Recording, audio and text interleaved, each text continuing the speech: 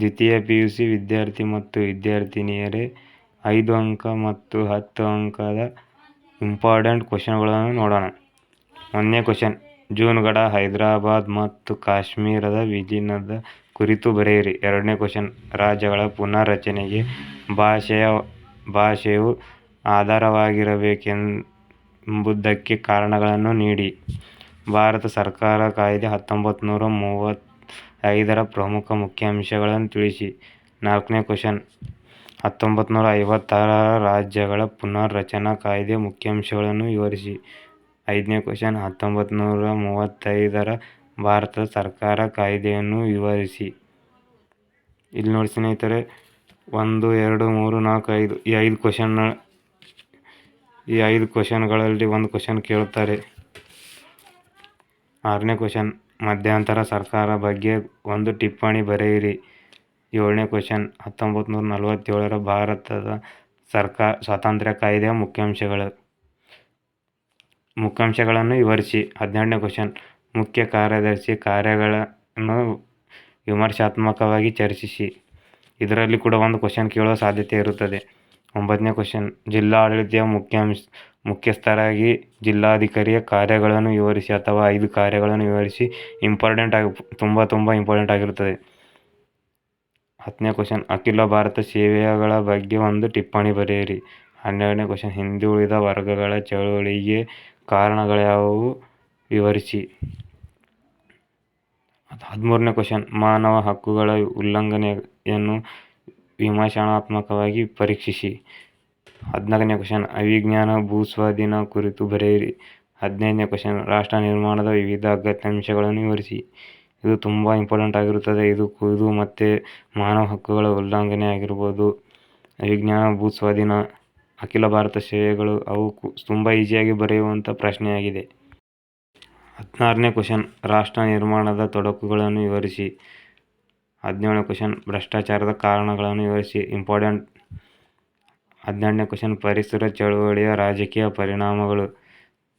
19ನೇ question, ಭಾರತದ ರಾಜಕೀಯ ವ್ಯವಸ್ಥೆಯಲ್ಲಿ ಯುವ ಜನಾಂಗದ ಪಾತ್ರವನ್ನು ವಿವರಿಸಿ. 20ನೇ ಕ್ವಶನ್, ಕೇಂದ್ರ ಮತ್ತು ರಾಜ್ಯ ಸಂಬಂಧಗಳಲ್ಲಿನ ನೂತನ ಆಯಾಮಗಳಲ್ಲಿ ಶಾಸನೀಯ ಕಾರ್ಯಗಳನ್ನು ಬರೆಯಿರಿ. 21ನೇ ಕ್ವಶನ್, ಅಸ್ಮಿತೆ ರಾಜಕಾರಣದ ಉದಯಕ್ಕೆ ಕಾರಣವಾಗುವ ಅಂಶಗಳು ಯಾವುವು. 22ನೇ ಕ್ವಶನ್, ಯುವ ಜನಾಂಗವು ಭ್ರಷ್ಟಾಚಾರದ ವಿರುದ್ಧ ಚಳವಳಿಯಲ್ಲಿ ಸಕ್ರಿಯವಾಗಿ ಪಾಲ್ಗೊಳ್ಳುವರು ಎಂಬುದನ್ನು ಈ ಚಿತ್ರ ವೀಕ್ಷಿಸಿ ಸಮರ್ಥಿಸಿ. ಈ ಕ್ವಶನ್ ಕಂಪಲ್ಸರಿ ಕೇಳುತ್ತಾರೆ ಆನ್ಯುವಲ್ ಎಕ್ಸಾಮ್ನಲ್ಲಿ ಅಥವಾ ವಾರ್ಷಿಕ ಎಕ್ಸಾಮ್ನಲ್ಲಿ. 23ನೇ ಕ್ವಶನ್, ಭಯೋತ್ಪಾದನೆಯ ವಿರುದ್ಧ ಯುವಜನತೆಯ ಪಾತ್ರವನ್ನು ವಿವರಿಸಿ. 24ನೇ ಕ್ವಶನ್, ಭಾರತದ ರಾಜಕೀಯ ವ್ಯವಸ್ಥೆಯಲ್ಲಿ ಯುವ ಜನಾಂಗದ ಪಾತ್ರವನ್ನು ವಿವರಿಸಿ. 25ನೇ ಕ್ವಶನ್, ಅಂತಾರಾಷ್ಟ್ರೀಯ ಸಂಬಂಧಗಳ ಪರಿಕಲ್ಪನೆಯನ್ನು ವಿವರಿಸಿ. 26ನೇ ಕ್ವಶನ್, ಭಾರತದ ವಿದೇಶಾಂಗ ನೀತಿಯ ಯಾವುದಾದರೂ 5 ಮೂಲ ತತ್ವಗಳನ್ನು ವಿವರಿಸಿ. ಫಿಕ್ಸ್ ಆಗಿರುತ್ತದೆ.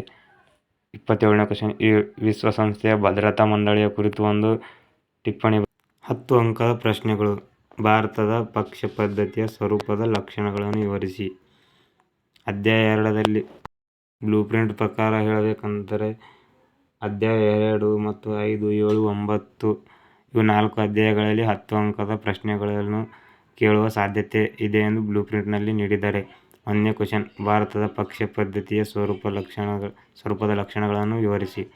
2ನೇ ಕ್ವಶನ್, ಭಾರತದಲ್ಲಿ ರಾಜಕೀಯ ಪಕ್ಷಗಳು ನಿರ್ವಹಿಸುವ ಕಾರ್ಯಗಳನ್ನು ವಿವರಿಸಿ. 3ನೇ ಕ್ವಶನ್, ಭಾರತದಲ್ಲಿ ಚುನಾವಣಾ ಸುಧಾರಣೆಗಾಗಿ ಸೂಚಿಸುವ ಅಂಶಗಳನ್ನು ವಿವರಿಸಿ. 4ನೇ ಕ್ವಶನ್, ಆಯೋಗದ ರಚನೆಗೆ ಅಧಿಕಾರ ಮತ್ತು ಕಾರ್ಯಗಳನ್ನು ವಿವರಿಸಿ. 5ನೇ ಕ್ವಶನ್, ಉದಾರೀಕರಣದ ಅರ್ಥ, ಪ್ರಾಮುಖ್ಯತೆ ಮತ್ತು ರಾಜಕೀಯ ಪರಿಣಾಮಗಳನ್ನು ವಿವರಿಸಿ. 6ನೇ ಕ್ವಶನ್, ಜಾಗತೀಕರಣದ ಅರ್ಥ, ಪ್ರಾಮುಖ್ಯತೆಯನ್ನು ವಿವರಿಸಿ. ಖಾಸಗೀಕರಣದ ಅರ್ಥ, ಪ್ರಾಮುಖ್ಯತೆ ಮತ್ತು ರಾಜಕೀಯ ಪರಿಣಾಮಗಳನ್ನು ವಿವರಿಸಿ. 8ನೇ ಕ್ವಶನ್, ಆಪ್ತಸ್ನೇಹಿ ಬಂಡವಾಳಶಾಹಿ ಎಂದರೇನು, ಆಧುನಿಕ ಸರ್ಕಾರಗಳ ಮೇಲೆ ಪರಿಣಾಮಗಳನ್ನು ವಿವರಿಸಿ. 9ನೇ ಕ್ವಶನ್, ನೇಪಾಳದ ಪ್ರಜಾಸತ್ತಾತ್ಮಕ ಚಳವಳಿಯನ್ನು ವಿವರಿಸಿ. 10ನೇ ಕ್ವಶನ್, ರಾಷ್ಟ್ರ ನಿರ್ಮಾಣದ ವಿವಿಧ ಅಗತ್ಯಾಂಶಗಳನ್ನು ವಿವರಿಸಿ. ರಾಷ್ಟ್ರ ನಿರ್ಮಾಣದಲ್ಲಿ ಎದುರಾಗುವ ಅಡೆತಡೆಗಳು ಮತ್ತು ಅವುಗಳ ನಿವಾರಣೋಪಾಯಗಳನ್ನು ಚರ್ಚಿಸಿ. 12ನೇ ಕ್ವಶನ್, ಭಾರತದ ಪ್ರಜಾಪ್ರಭುತ್ವಕ್ಕೆ ಭಯೋತ್ಪಾದನೆ ಹೇಗೆ ಗಂಡಾಂತರವಾಗಿದೆ ಎಂಬುದನ್ನು ವಿವರಿಸಿ. 13ನೇ ಕ್ವಶನ್ ಕೋಮುವಾದ ಕಾರಣಗಳು ಮತ್ತು ಅವುಗಳ ಪರಿಣಾಮಗಳನ್ನು ವಿವರಿಸಿ. 14ನೇ ಕ್ವಶನ್ ಅನಕ್ಷರತೆ ಕಾರಣಗಳ್ಯಾವುವು? ಅದು ಭಾರತೀಯ ಪ್ರಜಾಸತ್ತಾತ್ಮಕಕ್ಕೆ ಹೇಗೆ ತೊಡಕಾಗಿದೆ? 15ನೇ ಕ್ವಶನ್ ಕೋಮುವಾದಕ್ಕೆ ಕಾರಣಗಳು ಹಾಗೂ ನಿವಾರಣೋಪಾಯಗಳನ್ನು ವಿವರಿಸಿ. ಭಾರತದ ಆಸಿಯಾನ್ ಸಂಘಟನೆಯ ಸಹಕಾರ ಕ್ಷೇತ್ರಗಳನ್ನು ವಿವರಿಸಿ. ನನ್ನ ಒಂದು ಕೊನೆಯ ಸಲಹೆ ಎಂದರೆ ನಿಮಗೆ ತುಂಬ ಹೆಲ್ಪ್ ಆಗುತ್ತದೆ. ಇವು ಎರಡು ಅಥವಾ